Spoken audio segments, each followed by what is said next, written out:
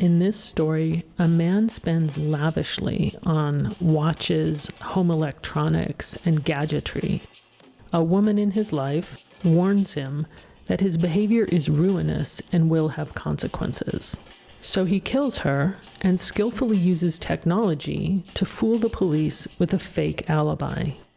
It sounds like an episode of Columbo because it is. But it's also the plot of a true story. A story of how, using digital media, I believe a man got away with murder. In this story, the true story, a man sets up video cameras all over his house, showing selective views of the interior and exterior. One morning, he goes out to walk the dog. When he returns, he says that he can hear his wife's iPad playing a yoga video in the yoga room. He says that he hears a loud crash, goes running into the yoga room, and finds his wife with a massive head injury that is so severe that even though she receives immediate surgical intervention, she is brain dead within the hour. The police investigate. They watch the video of the man leaving and returning with the dog. At the man's urging, they check the woman's iPad. Sure enough, it was used to log on to a yoga video. Therefore, the police conclude that foul play was impossible. Case closed. I'll try to keep the sarcasm and disdain out of my voice, but it's hard because I can't believe that the police in real life were fooled by a plot from Columbo. So let's review the episode and see how Columbo cracks the case. So this man designs and manages an elaborate closed-circuit television system in his house.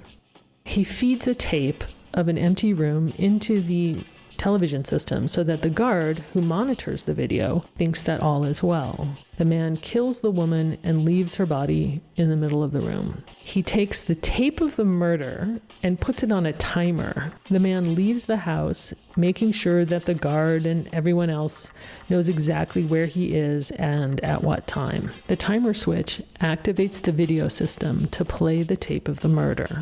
The guard is baffled. The police believe that a mysterious intruder must have committed the crime. The man feigns surprise at the news of a murder at his home. Columbo is fascinated by the switches and gadgets in the house.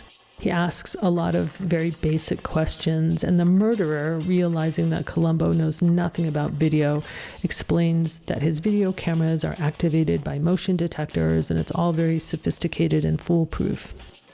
He shows Columbo the tape of the murder. But because the camera only covers part of the room, the mysterious intruder is never caught on tape. The man gives Columbo a copy of the recording without a warrant and proves how polite and helpful murderers can be.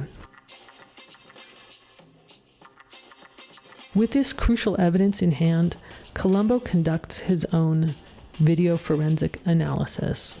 He spots an inconsistency in the recording that demolishes the murderer's alibi.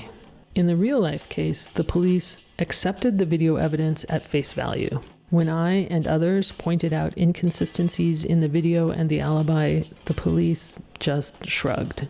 One investigator told me that my theory of the crime just shows that I watch too many murder mysteries.